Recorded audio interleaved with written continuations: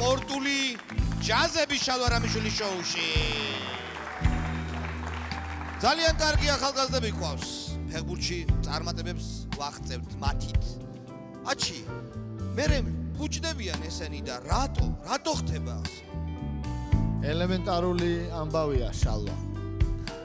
პატარა წარმატებები გულს უხარებთ და მერე ჩერდებიან. გელა გვიმღერებს ამაზე. მიდი გელა. სირედით და ტყებნიერნი ხდებიან, შიგულიდან პიცოჩი რომ ჯდებიან.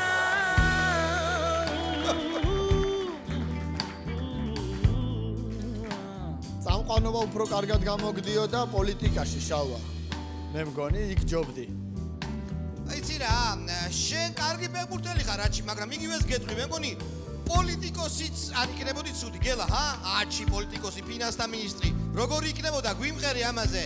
მიდი გელა, გვიმღერე. აჩი მალე მოდი პოლიტიკაში, ლას მაინც ვერ გაგიძრენენ დირკაში.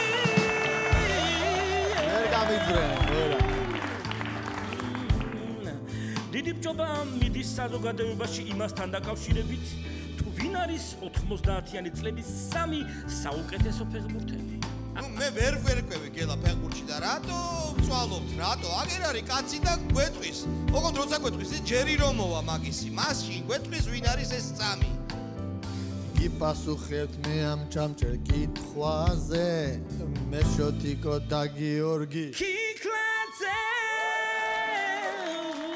რეზი, ვერ გაგრითმე და ამიტომ ვერ მოხდი ასე. ეცკორეზი, ძმა, შოტას ძმა. აჩი არავაძე, ჩემი სტუმარი. აჩი. დიდი მადლობა. სპორტული ჯაზები, გელა კნოლიძე.